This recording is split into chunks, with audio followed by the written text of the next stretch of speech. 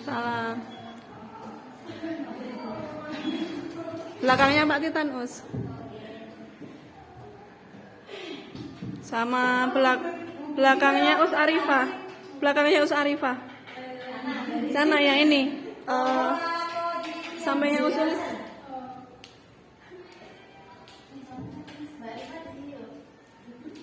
Sampainya Usulis. Apa di mejanya Mbak Arifah ya enggak apa-apa. Yang ada laptopnya.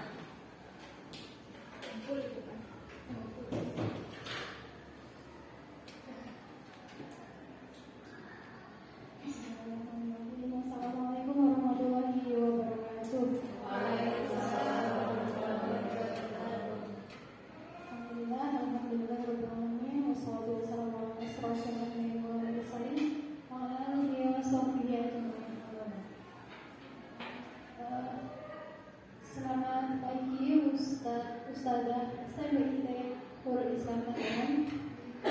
Pada kesempatan hari ini kita berkumpul di sini dalam keadaan sehat dan tanpa kurang suatu apapun. Pada kesempatan hari ini kita akan ada sosialisasi dari Ustazah Maya Saridian tentang budaya positif sebagai tugas aksi nyata modul 14. Beliau melaksanakan tugas aksi nyata ini untuk memenuhi tugas sebagai calon guru penggerak angkatan 5 Kabupaten Semarang SMBIT Nurul Islam Tangerang. Langsung saja kepada beliau kami persilakan untuk memaparkan materi tentang budaya positif.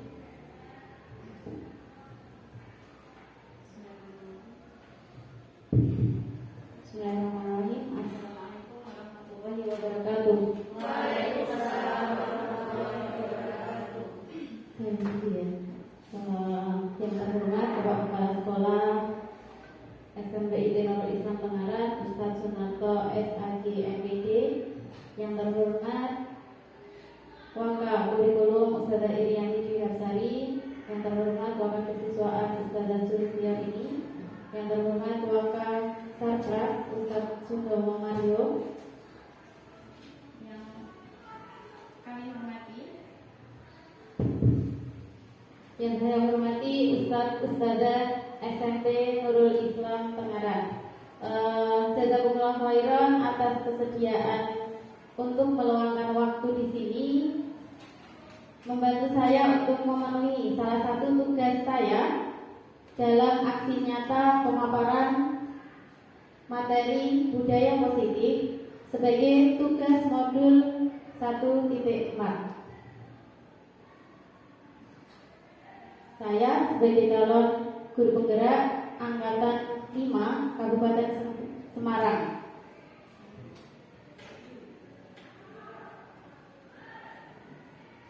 Ya, selamat datang Ustaz-Ustazah. Sudah siap untuk mengikuti sesi hari ini? Siap.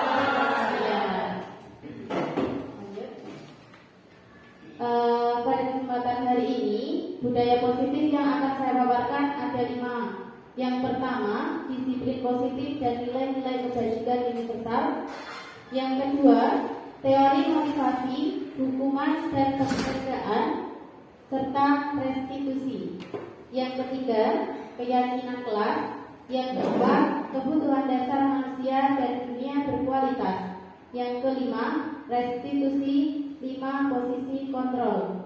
Masih ada satu lagi yang tidak tertulis di situ. Yang keenam adalah restitusi, segitiga restitusi, seperti itu.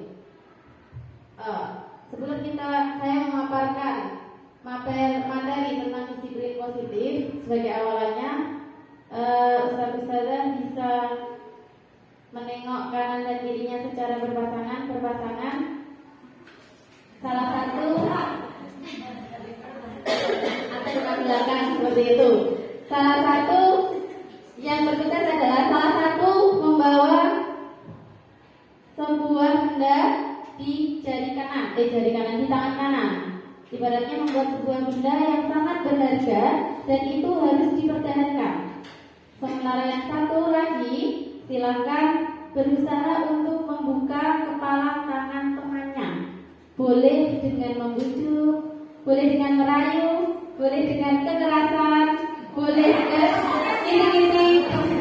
boleh dengan intimidasi, silakan. Silakan dilakukan. Kemudian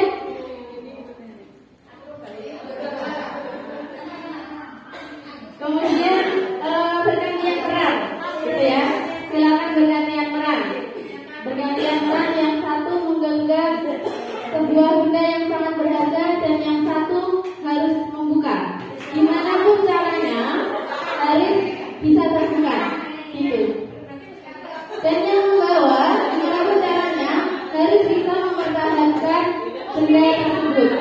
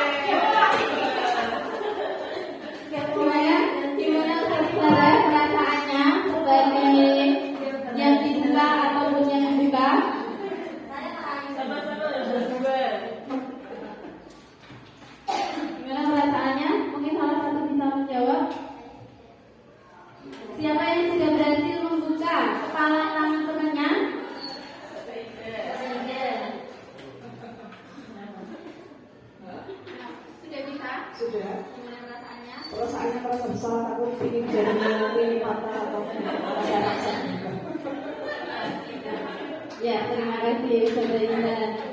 Ya, lanjut Saudara.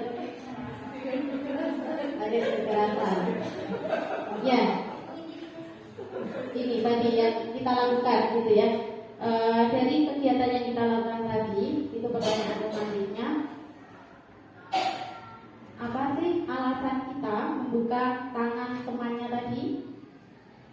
Ingin mendapatkan sesuatu yang berharga dari teman. Ini mendapatkan sesuatu yang berharga dari temannya. Kemudian apa alasan yang tidak mau membuka tadi? Ingin mempertahankan. Ingin mempertahankan. Nah, kemudian di sini ini ibaratnya adalah kita yang berusaha membuka kepala tangannya tadi, itu diibaratkannya sebagai guru, kemudian siswanya tadi sebagai kepala tangan yang menggenggam sebuah benda yang berharga tadi. Nah, dari sini siapa sih yang memiliki posisi kontrol dari dua orang ini? Apakah yang membuka kepala tangan ataukah yang mempertahankan kepala tangan? Dua-duanya. Gimana Ustazah? Dua-duanya menurut saya. Karena semuanya saling berhubungan. Kalau ustadzah atau gurunya itu sangat semangat membuka wawasan kepada anak didiknya, itu sangat bagus. Dilanjutkan tambah bagus lagi apabila tahanan anaknya tadi mau terbuka sehingga masuklah ilmu yang akan diberikan. Ya, terima kasih kita dari guru, kemudian bisa membuka kepala tangan tadi dan anaknya mau membuka. Nah, dari sini lanjut Ustazah. Siapa yang berperan memegang posisi kontrol gitu? Nah, kita sebagai guru harusnya gimana sih membuka kepala tangan tadi? Apakah dengan intimidasi ataukah dengan memukul, dengan giling-giling, atau dengan bujuk rayu biar tangannya bisa terbuka? Kira-kira gimana yang seharusnya kita lakukan? Seharusnya kita sebagai guru langkah apa? Apakah kita mengancam anaknya untuk membuka tangannya?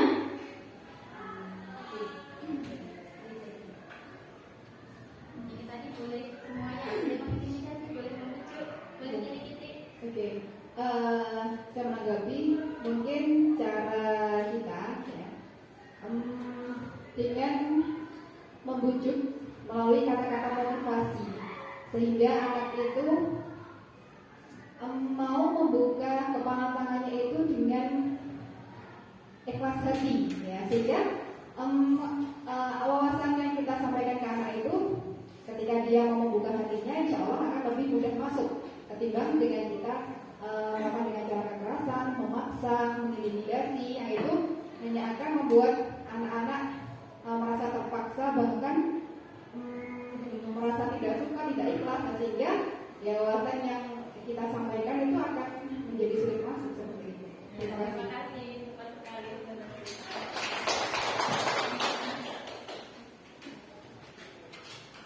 Ya, betul sekali itu ya, ketika kita ingin membujuk anak, meminta anak melakukan sesuatu, memang begitu tadi gitu, dengan memotivasi, dengan bujuk rayu dan lain sebagainya. Nah, di sini teori kontrol yang dipaparkan oleh Dr. William Fraser di sini menyebutkan bahwa kontrol teori yang kemudian hari berkembang dan dinamakan Stoic teori meluruskan beberapa miskonsepsi tentang makna kontrol. Lanjut. Ini teori kontrol yang beberapa miskonsepsi tentang makna kontrol. Yang pertama adalah ilusi guru mengontrol murid, bahwa kita bisa mengontrol murid. Kemudian sebuah ilusi bahwa semua penguatan positif, efektif dan bermanfaat. Yang kedua, ilusi bahwa kritik dan membuat orang merasa bersalah dapat menguatkan karakter. Yang keempat, ilusi bahwa orang dewasa memiliki hak untuk memaksa. Itu tadi seperti awalan yang kita buat tadi. Nah, bagaimana seseorang ini bisa berubah dari paradigma stimulus respon kepada pendekatan teori kontrol? Ini yang ditemukan oleh Stephen R. Covey. Di sini beliau mengatakan bahwa bila kita ingin membuat kemajuan perlahan, sedikit-sedikit ubahlah sikap atau perilaku Anda. Namun, bila kita ingin memperbaiki cara-cara utama kita, maka kita perlu mengubah kerangka acuan kita. Ubahlah bagaimana Anda melihat dunia, bagaimana Anda berpikir tentang manusia. Ubahlah paradigma Anda, skema pemahaman dan penjelasan aspek-aspek tertentu tentang realitas. Kita akan bicara tentang disiplin. Apa sih yang di benak kita ketika kita membicarakan makna disiplin?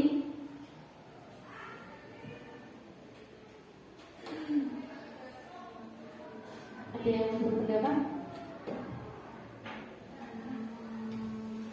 Makna disiplin ya, menurut saya itu disiplin itu sendiri mengacu pada suatu aktivitas yang dilakukan itu sesuai dengan peraturan yang berlaku. Baik itu berlaku di sekolah, masyarakat, maupun terima kasih sekali lagi, luar biasa. Ya, makna disiplin. Kalau kita berbicara tentang disiplin, memang kita pikirannya langsung ke peraturan, tata tertib dan lain sebagainya. Nah, di sini dalam modul ini kita bahas makna dalam rangka mencapai lingkungan yang positif, salah satu strategi yang perlu kita tinjau kembali adalah penerapan disiplin di sekolah kita. Setuju apa tidak? Setuju apa tidak, saudara? Peraturan di sekolah kita yang sudah berjalan ini, apakah sudah efektif? Apakah perlu ditinjau kembali? Itu. Kemudian apa sih sesungguhnya arti dari disiplin itu sendiri dan apa kaitannya dengan nilai-nilai kebajikan yang akan kita pelajari ini? Kemudian saya ingin mengajak ustaz-ustazah di sini untuk bertanya kepada diri kita masing-masing. Ketika kita ingin melakukan sesuatu, kita melakukan sesuatu itu karena apa? Apakah karena dorongan dari orang lain, ataukah karena mendapatkan ancaman, ataukah karena ingin mendapatkan hadiah, ataukah ada motivasi yang lain dalam melakukan sesuatu?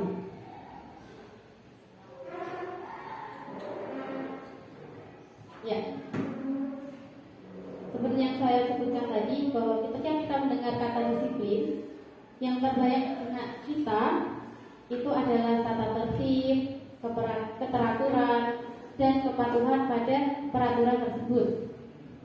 Nah, kemudian di sini disiplin juga sering dihubungkan dengan hukuman. Padahal antara hukuman dan disiplin itu sungguh berbeda. Kalaupun ada hukuman, harapannya hukuman itu menjadi sebuah alternatif paling akhir untuk melakukan sesuatu untuk mendisiplinkan seseorang. Dan kalau bisa, nggak perlu gitu ya. Setuju tidak? Kan kita juga senang ketika anak-anak itu nggak perlu dihukum, mereka sudah teratur sendiri, gitu. Nah, di sini Bapak Pendidikan kita, Ki Hajar Dewantara menyatakan bahwa di mana ada kemerdekaan, disitulah harus ada disiplin yang kuat. Sungguh pun disiplin itu bersifat self-disiplin, yaitu kita sendiri yang mewajibkan kita dengan sekeras-kerasnya. Tetapi itu sama saja, sebab jikalau kita tidak dapat melakukan self-disiplin, wajiblah penguasa lain mendisiplinkan diri kita. Dan peraturan demikian itulah harus ada di dalam suasana yang merdeka. Ini konsep disiplin menurut Ki Hajar Dewantara.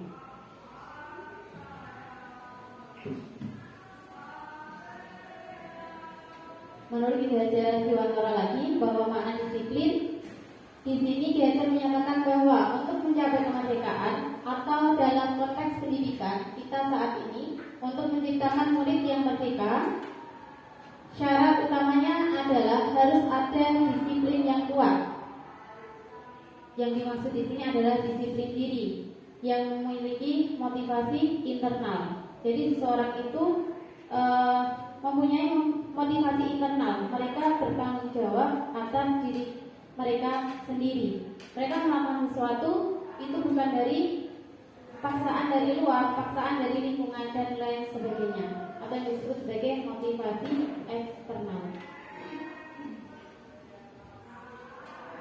Nah, di sini dalam Merdeka Belajar, arti kata merdeka menurut Ki Hajar Dewantara adalah merdeka itu jarwanya orang melepasing pangre ning uga kuat kuasa amandiri priyangga.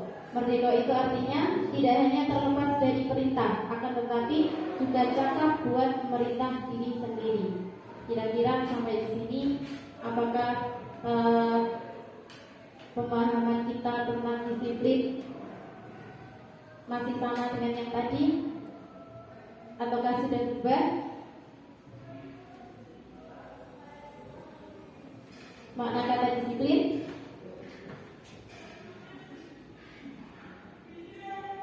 gimana saudara?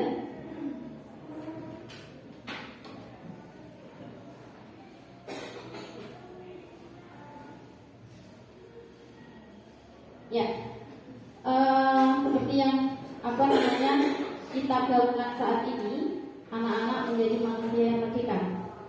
Manusia merdeka artinya mereka ketika melakukan sesuatu itu harus dari dalam sendiri. Mereka tahu tanggung jawab mereka. Ini yang ingin dicapai oleh pendidikan kita, pendidikan di Indonesia. menuju Indonesia Emas nanti 2045. Gitu ya. Murid kita harapannya harus paham betul apa tanggung jawab mereka, alasan mereka melakukan sesuatu.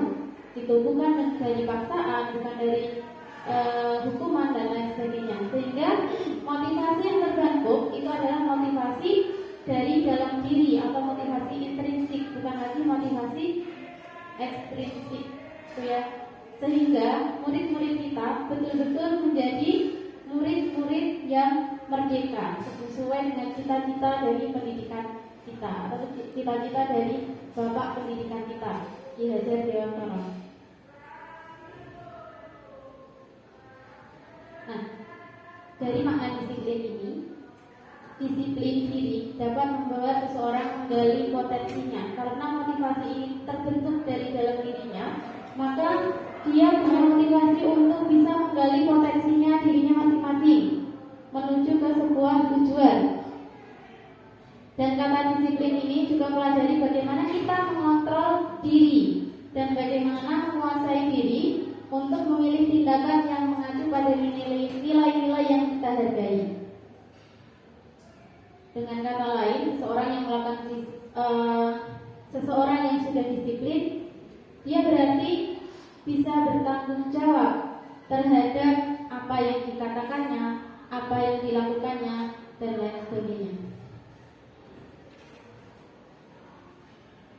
Nah, dengan disiplin tadi, kita berharap ada nilai-nilai kebajikan. Jadi motivasi intrinsik yang berasal dari dalam diri siswa tadi, dia punya nilai yang dituju. Karena motivasinya adalah motivasi intrinsik, maka ada nilai yang ingin dituju. Nilai apa itu? Dalam kurikulum Merdeka yang digaungkan ini, nilai-nilai kebajikan yang digaungkan ini adalah nilai-nilai nilai yang merupakan tujuan mulia yang ingin dicapai oleh seseorang tersebut. Saya mengambil salah satu, yaitu profil pelajar Pancasila. Kita mungkin sudah hafal ya, profil pelajar Pancasila. Nilai-nilai ini yang diharapkan akan memotivasi diri siswa-siswa kita untuk melakukan sesuatu. Gitu ya. Profil pelajar Pancasila yang pertama itu ada 6 gitu ya. Satu-satu sudah hafal, apalagi yang kemarin terjun langsung di P5 itu sudah hafal banget ini ya. Profil pelajar Pancasila ada 6 gitu. Ya, lanjut. Setelah disiplin, yang kedua adalah teori motivasi, hukuman dan penghargaan, dan restitusi. 3 motivasi perilaku manusia. Diana Gosen dalam bukunya Restructuring School Discipline menyatakan ada 3 motivasi perilaku manusia. Ketika seseorang melakukan sesuatu, motivasinya ada 3. Yang pertama, untuk menghindari ketidaknyamanan atau hukuman. Yang kedua, untuk mendapatkan imbalan atau penghargaan dari orang lain. Dan yang ketiga, untuk menjadi orang yang mereka inginkan dan menghargai diri sendiri dengan nilai-nilai yang mereka percaya. Dari ketiga perilaku ini, yang nomor 1 itu adalah motivasi paling rendah, itu ya.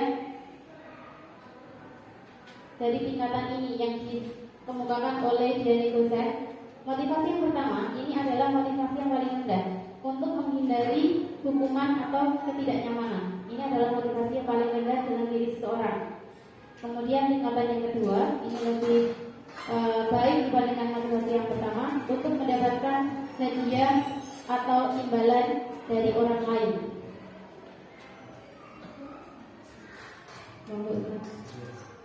Untuk mendapatkan hadiah atau imbalan atau penghargaan dari orang lain, ini adalah motivasi yang lebih baik daripada yang pertama. Jauh lebih baik dari yang pertama, untuk mendapatkan hadiah. Ini muncul dari dalam dirinya sendiri. Kalau yang pertama munculnya dari mana? Saudara? Dari luar. Kalau dua? Ekstrinsik juga sebenarnya ya, ekstrinsik. Tapi ini lebih baik dari yang pertama. Tapi Tetapi ketika mereka tidak mendapatkan hadiah atau imbalan, gimana perasaannya? Kecewa. Dan bisa jadi mereka akan melakukan sesuatu yang lebih buruk lagi, gitu. Dia tidak akan melanjutkan sesuatu yang baik lagi, seperti itu. Seperti yang sudah dilakukan sebelumnya. Nah, motivasi yang ketiga ini untuk menjadi orang yang mereka inginkan dan menghargai diri sendiri dengan nilai-nilai yang mereka percaya, ini adalah harapannya. Motivasi ini yang seperti ini, yang muncul dari dalam diri mereka sendiri, gitu.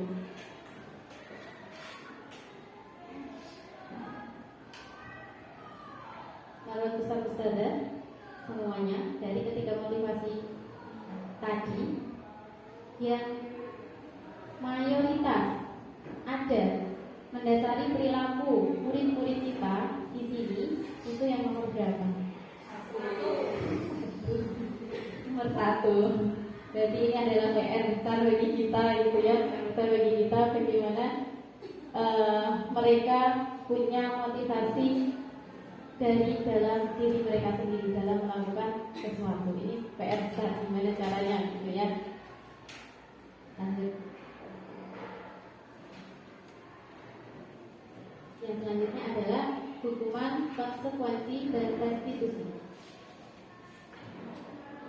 Nah, kalau hukuman atau konsekuensi ini kita sering mendengar, gitu ya. Barang kalau restitusi ini adalah hal baru juga bagi saya. Saya baru mendengar ketika mempelajari modul ini. Kalau ustaz-ustazah apakah sudah pernah mempelajari ini tentang restitusi? Sudah? Sudah.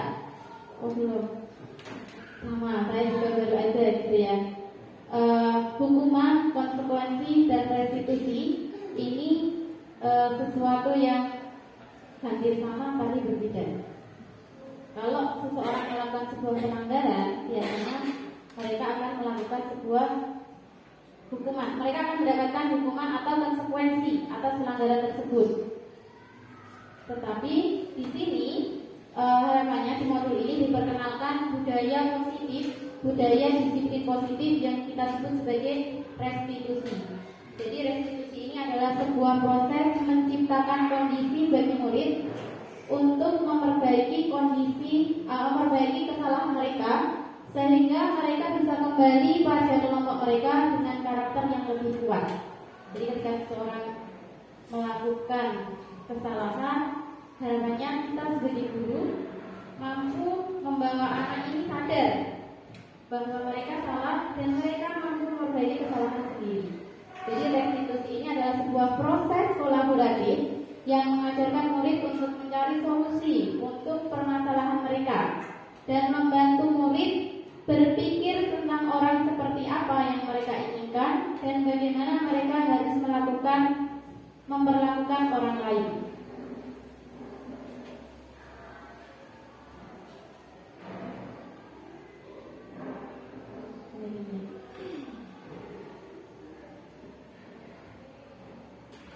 Ya, yang selanjutnya adalah keyakinan kelas. Mengapa perlu keyakinan kelas bukan peraturan kelas? Kalau saya menyebutnya kesepakatan kelas, gitu. Di model ini bahasanya adalah keyakinan kelas. Kalau saya menyebutnya biasa menggunakan adalah kesepakatan kelas. Lanjut ke sana.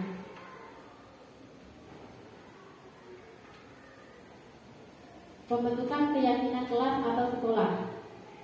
Kenapa kita tadi harus pakainya keyakinan kelas bukan peraturan kelas atau peraturan sekolah?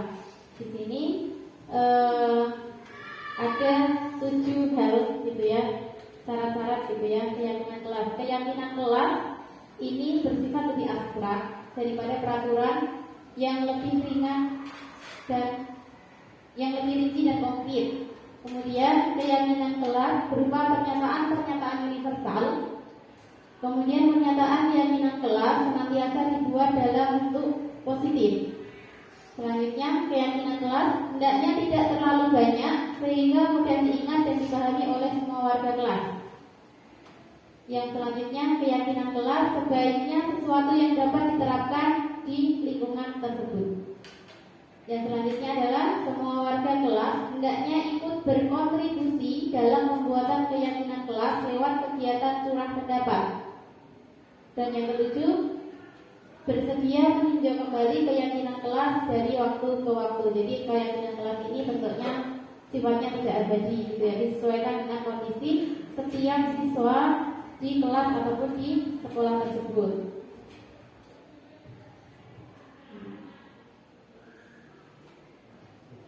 Nah, ini adalah prosedur pembuatan keyakinan kelas. Yang pertama, mempersilakan warga sekolah atau murid-murid di sekolah atau kelas untuk bercurah pendapat tentang peraturan yang perlu disepakati di sekolah atau kelas.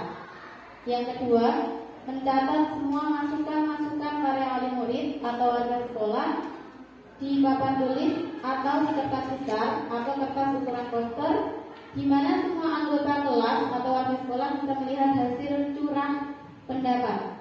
Yang ketiga, susunlah keyakinan kelas sesuai dengan prosedur pembentukan keyakinan sekolah atau kelas. Jadi kalau menyusun sebuah keyakinan kelas, kita berpacu pada keyakinan yang kita miliki, seperti itu. Atau contohnya pada profil pelajar Pancasila, itu adanya di sana. Selanjutnya, tinjau kembali daftar curah pendapat yang sudah dicatat. Yang kelima, tinjau ulang keyakinan sekolah atau kelas secara bersama-sama. Itu. Yang keenam, setelah keyakinan sekolah atau kelas selesai dibuat, maka semua warga kelas dipersilakan meninjau ulang dan menyetujuinya dengan menandatangani keyakinan sekolah atau kelas tersebut, termasuk guru dan semua warga murid. Jadi setelah dibuat, disetujui, semua tanda tangan. Yang selanjutnya, keyakinan sekolah atau kelas selanjutnya bisa dilekatkan di dinding kelas di tempat yang mudah dilihat semua warga kelas. Itu adalah prosedur pembentukan keyakinan kelas atau keyakinan sekolah.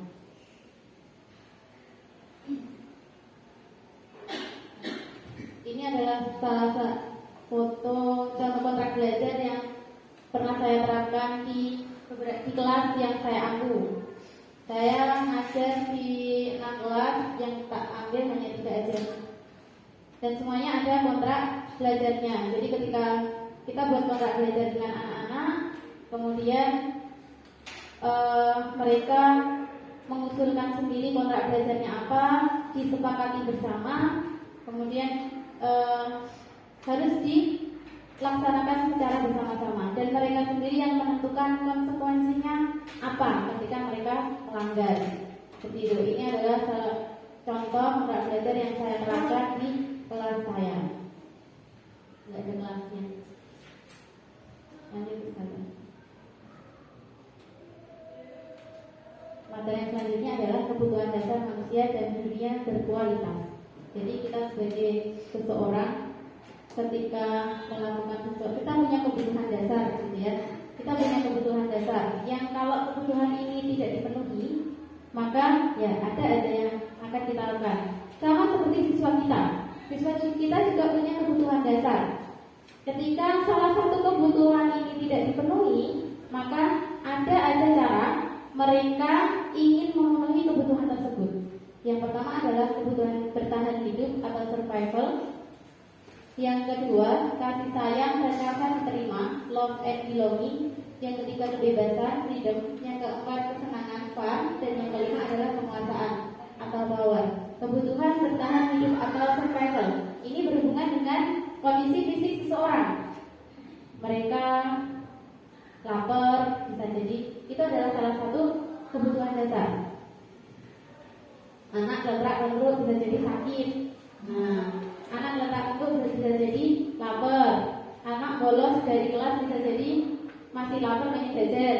Nah, seperti itu. Itu adalah salah satu contoh kebutuhan bertahan hidup atau survival dari anak-anak. Yang nomor 2 dan sampai nomor 5 itu adalah kebutuhan psikologis mereka, berkaitan dengan perasaan mereka.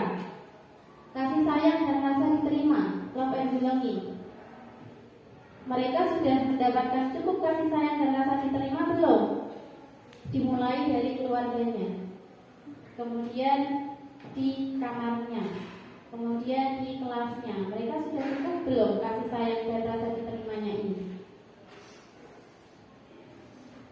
Bisa jadi seorang melakukan sesuatu karena mereka butuh diperhatikan gitu ya. Mereka butuh diperhatikan oleh gurunya. Mereka nyari-nyari aja sesuatu, mencari-cari pola gitu ya. Pola biar gurunya ini perhatian sama mereka. Butuh perhatian. Ya. Ya, bisa jadi memang kurang perhatian. Jadi memang kebutuhan dasar kasih sayangnya ini memang kurang dari anak tersebut gitu. Jadi anak ini memang butuh perhatian, butuh disapa gurunya gitu ya. Kemudian yang ketiga, butuh kebebasan. Bisa jadi bosan gitu ya. Kebebasan, mereka bosan di kelas, pengennya belajar di luar dan sebagainya. Butuh kesenangan. Bisa jadi pelajarannya nggak menyenangkan, kayak pelajaran matematika barangkali gitu kan bagi sebagian orang tidak menyenangkan gitu. Kemudian penguasaan atau power, bisa jadi anak ini punya skill memimpin di kelas itu, jadi semuanya nyuruh-nyuruh temennya gitu. Nah itu sebenarnya juga bisa kita akomodir biar kebutuhan penguasaan atau powernya ini tersalurkan dengan baik. Selanjutnya yang kelima adalah restitusi 5 posisi kontrol. 5 posisi kontrol ini pada guru. Kita sebagai guru itu punya 5 posisi kontrol. Yang pertama adalah penghukum, yang kedua pembuat merasa bersalah muridnya, yang ketiga teman, yang keempat memantau, yang kelima manajer. Mari kita urai satu persatu. Yang pertama penghukum. Lanjut. Posisi penghukum. Seseorang yang berada di posisi ini bisa melakukan hukuman secara fisik maupun verbal dengan kata-kata. Nah, orang-orang yang berada di posisi penghukum ini senantiasa bahwa mengatakan bahwa sekolah memerlukan sistem atau alat yang dapat menekan murid-murid lebih dalam lagi. Cirinya ada suara tinggi, bahasa tubuh, mata melotot. Kemudian dan jari menunjuk-nunjuk menghadap. Hasilnya dengan hukuman ini seseorang itu bisa disiplin dalam waktu singkat. Mereka segera akan disiplin gitu ya. Kemungkinan muridnya marah dan mendendam atau bersifat agresif. Bisa jadi setelah mereka duduk kembali, murid tersebut akan coret-coret lagi, akan melakukan kesalahan yang sama lagi, atau bahkan nanti motor gurunya dikempesi gitu ya, dan lain sebagainya. Yang kedua, posisi pembuat merasa bersalah. Di posisi ini, gurunya nada suaranya lembut. Guru akan bersuara dengan lebih lembut. Dia akan lebih lembut. Pembuat merasa bersalah akan menggunakan keheningan yang membuat orang lain merasa tidak nyaman, bersalah atau rendah diri. Cirinya, nada suara memelas gitu ya, halus, sedih, bahasa tubuh merawat pada anak dan lesu. Contohnya gimana ya? Kamu gak kasihan ya sama ustazah?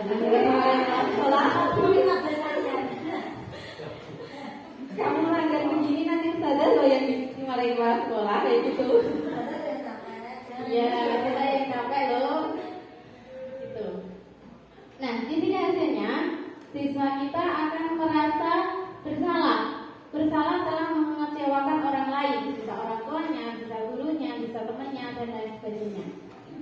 Mereka mempunyai sifat rendah diri gitu ya, karena mereka bersalah, kok saya nggak ada prestasinya sama sekali gitu, kok saya salah terus gitu. Nah, ini jauh lebih berbahaya daripada yang tadi, siswa yang dihukum tadi. Siswa yang merasa bersalah ini, dia akan diam gitu. Mereka akan diam, tidak langsung meluapkan emosinya, tetapi suatu ketika seperti keletus gitu ya, tiba-tiba mereka bisa menyakiti diri sendiri atau orang lain. Ini jauh lebih berbahaya daripada yang pertama tadi. Yang tadi marah kemudian langsung melakukan frontal gitu ya, melakukan kesalahan lagi, melakukan hukuman lagi, melakukan pelanggaran lagi. Yang ini anaknya diam gitu, tapi dia rendah diri, dan akan menumpahkan amarahnya suatu ketika sudah ada di puncaknya. Gitu. Yang ketiga sebagai teman. Nah, posisi sebagai teman ini guru pada posisi tidak akan menyakiti murid, namun akan tetap berupaya mengontrol murid melalui persuasi. Posisi teman ini guru bisa berada pada posisi yang negatif, bisa positif gitu ya. Kalau positif dia kan bisa merangkul anak tersebut untuk melakukan sesuatu seperti itu. Kalau negatif ya akan bergantung pada gurunya. Cirinya ada suara ramah, akrab dan bercanda, bahasa tubuh merapat pada murid, mata dan senyum jenaka gitu. Jadi friendly itu. Hasilnya murid akan merasa senang dan akrab dengan guru, termasuk dampak yang positif. Hanya saja dampak negatifnya adalah kalau murid tersebut tidak bisa akrab dengan guru yang lain, dia tidak akan mau dinasihati oleh guru yang lain. Positifnya bagus, anak ini mau dinasihati, mau melakukan sesuatu karena dekat dengan gurunya.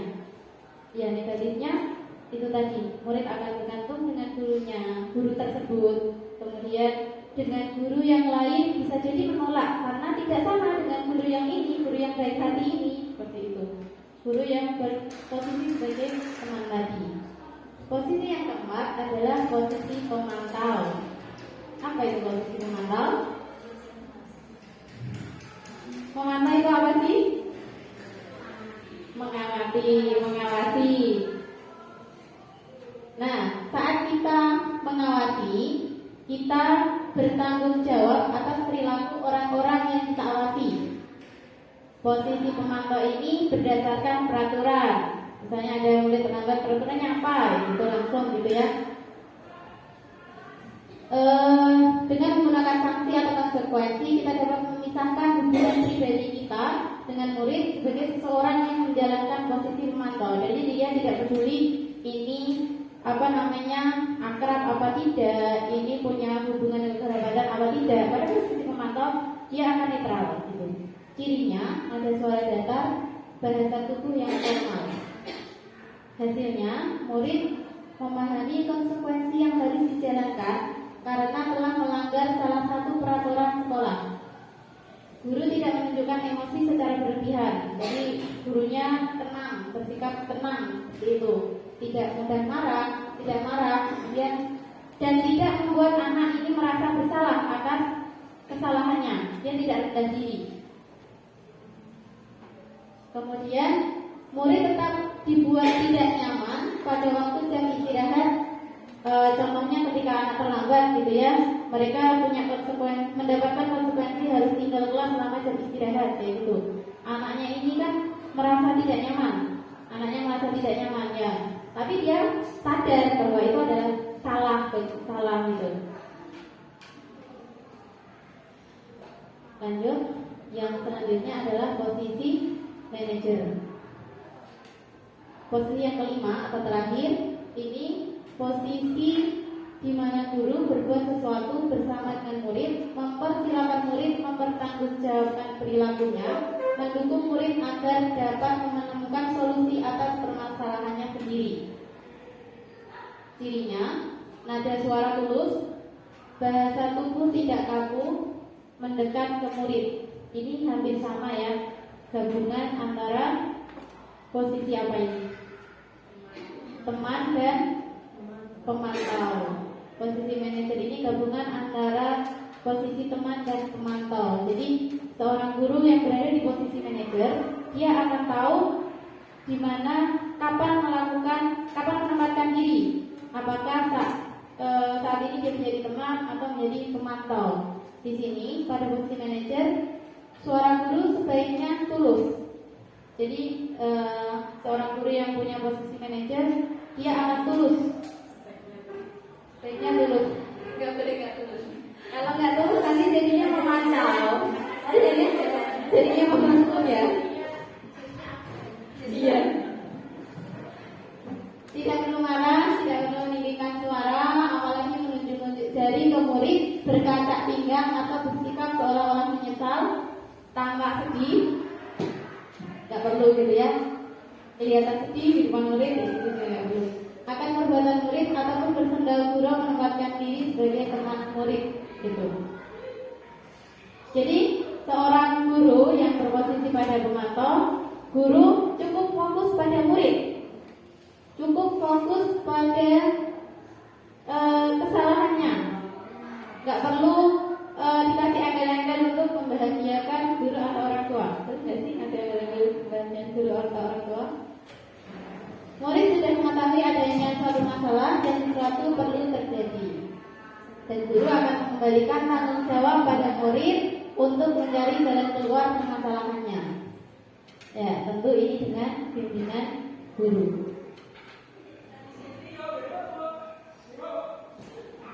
Nah, pertanyaan dari Ustaz ya. Dari kelima posisi kontrol tadi, Ustaz berada di mana? Posisinya saat ini? Pemantau. Di mana? Ada yang teman, ada yang pemantau. Kalau nggak ada yang penghukum ya. Guru matematika ada di posisi mana? Pemantau. Posisi pemantau. Lanjut. Yang pertama adalah restitusi, segitiga restitusi. Tiga segitiga restitusi dari Diana Bosan dalam punya Restitution, Restoratif School Discipline telah merancang sebuah tahapan untuk memudahkan para guru dan orang tua dalam melakukan proses untuk menyiapkan anaknya untuk melakukan restitusi, bernama segitiga restitusi atau restitution triangle. Ini yang pertama adalah stabilkan identitas, yang kedua adalah validasi tindakan yang salah, yang ketiga adalah menanyakan keyakinan atau ini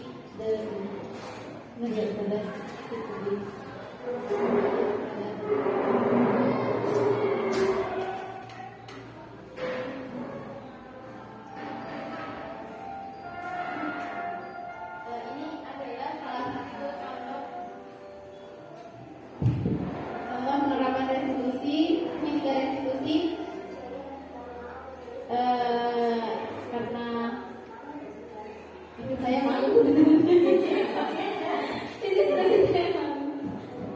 Penerapan tiga restitusi saat anak minta izin masuk kelas karena keseragam tidak sesuai dengan jadwal.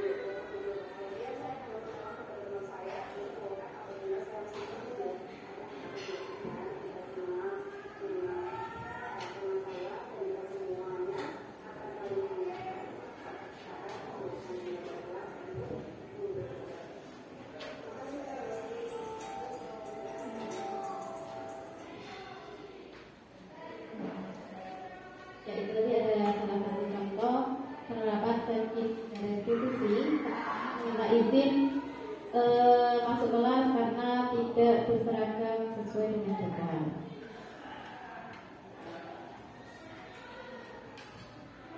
Ya, ternyata ada lain. Kayaknya masih ada tadi kurang. Ya, ada sebuah pantun dari saya. Makan bubur pakai santan, wadahnya mangkok biru. Terima kasih teman-teman sudah bersedia menghadiri. Terima kasih dan saudara atas waktunya di sini. Jazakumullah khairan. Kasih masih ada 9 menit yang belum lanjut belajarnya. Ya, masih kurang 9 menit waktunya ya. Saudara, dari materi yang saya paparkan tadi, apakah ada yang perlu didiskusikan?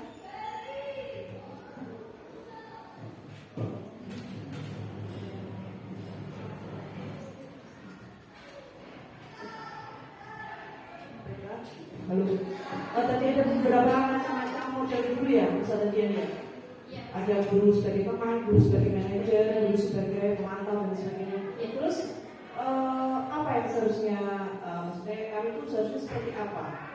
Apa itu semuanya bisa digabungkan atau seperti apa? Maksudnya kami sebagai guru itu harus yang model yang mana? Ya, jazakumullah atas pertanyaannya. Tadi ada 5 posisi kontrol guru.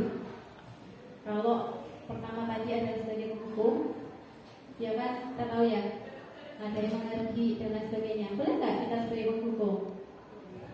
Boleh atau enggak? Seharusnya.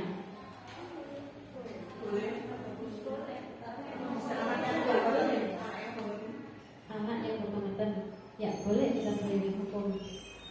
Tapi memang harapannya hukuman itu adalah alternatif paling akhir, dan harapannya itu nggak usah digunakan gitu ya, jangan sampai digunakan gitu.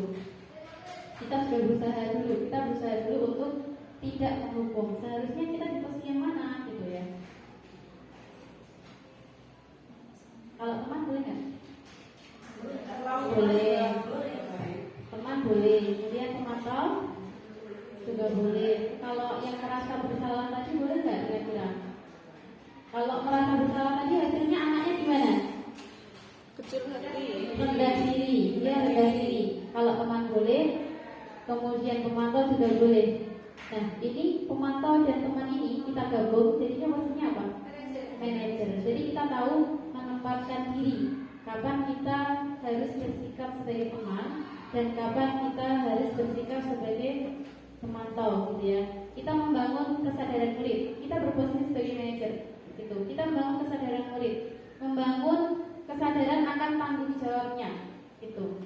Dan harapannya kita sebagai guru bisa membangkitkan motivasi intrinsik tadi, motivasi intrinsik dari dalam diri siswa, gitu. Agar ketika mereka melakukan sesuatu, mereka itu benar-benar dari dalam dirinya punya keyakinan, nilai-nilai keyakinan yang baik, seperti itu, punya nilai-nilai keyakinan baik yang bisa memotivasi diri mereka untuk melakukan sesuatu.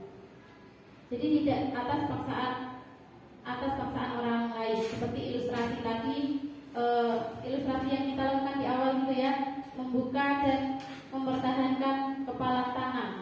Itu harapannya kita sebagai guru, kita mampu membuka kepala tangan anak kita dengan cara yang baik, gitu. Bukan karena dia membuka, bukan karena dipaksa, bukan karena diintimidasi, bukan karena diidik-idik dan lain sebagainya, gitu. Gitu saudara. Bukan karena kita memelas, tolong dong dibukain. Pengen lihat apa yang dipegang, itu malas banget. Gitu, saudara. Cukup. Ustazah Didi, monggo.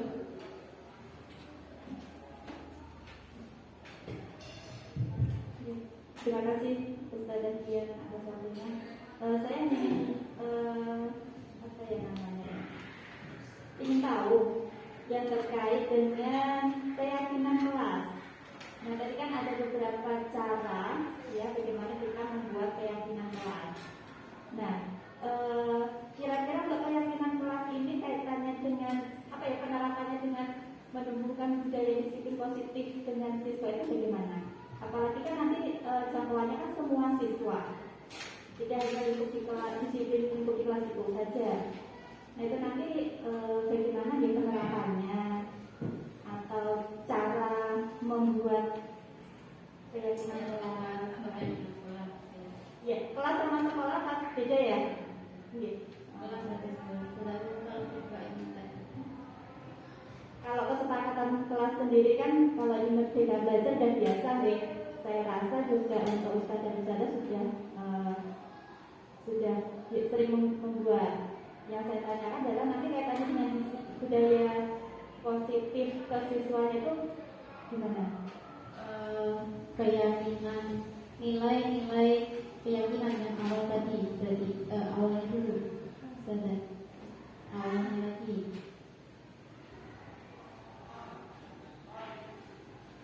Sebelumnya ini.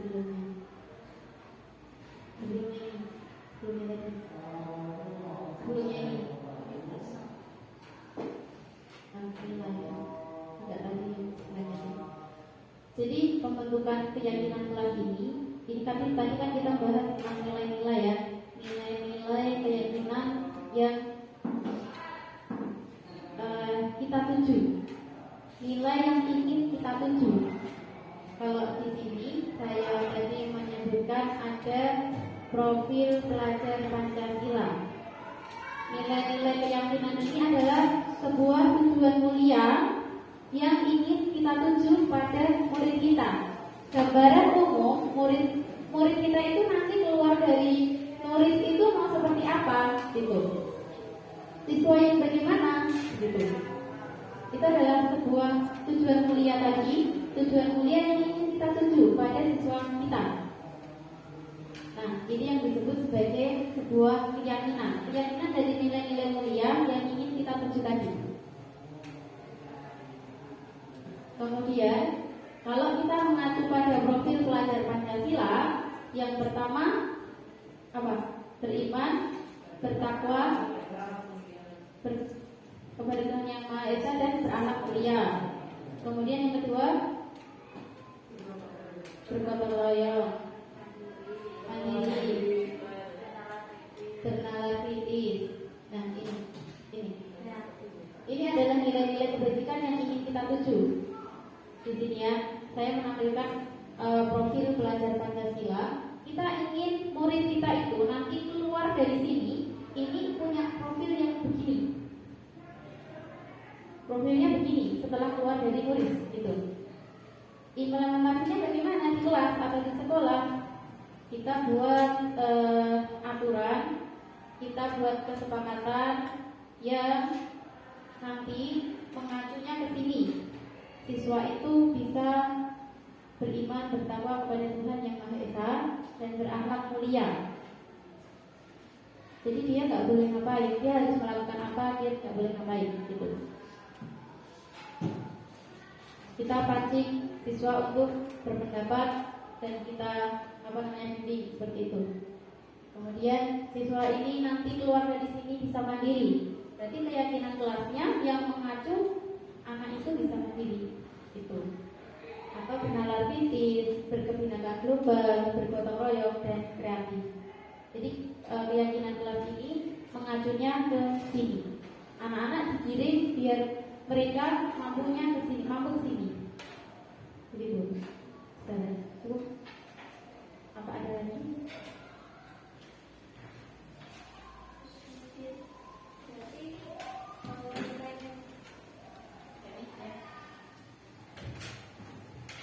Berarti untuk nilai-nilai profil pelajar Pancasila itu bisa kita sampaikan ketika kayak pembuka kerja pertama itu ya? Iya. Ini berarti ada kesinambungannya juga dengan visi sekolah itu. Iya, bisa. Ada kesinambungan juga dengan visi sekolah kita. Mandiri, cerdas, kreatif, gitu kan. sekolah kita. Jadi kalau kita mau membuat sebuah kontrak belajar di kelas, kita mengajunya ke sini, kemudian dibuat kata-katanya sesuai dengan kreativitas kita masing-masing. Gitu. Yang mudah dipahami oleh kita dan murid kita. Dan nggak perlu banyak-banyak, biar anak-anak ini ingat gitu ya. Karena ini adalah keyakinan kelas gitu, yang buat anak-anak dan kita. Kan buatnya kan kolaboratif ya antara guru dan murid. Jadi yang mudah dipahami oleh anak, mudah dijalankan, dan kita juga tidak terlalu banyak, lebih mudah memantaunya. Begitu. Kalau peraturan kan kita sudah punya sendiri, itu tetap ada peraturan di sekolah tetap ada. Tetapi keyakinan kelas ataupun keyakinan sekolah kita buat berdasarkan kita mengajunya pada visi misi sekolah kita, pada profil pelajar Pancasila, gitu. Cukup, Ustazah?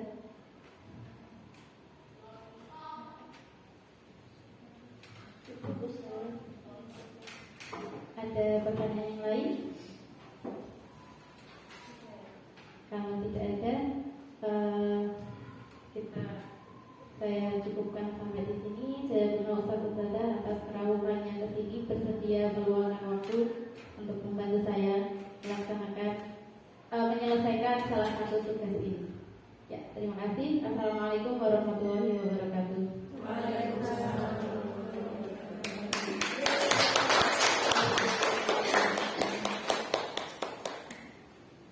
Makan bubur pakai santan. Makan bubur pada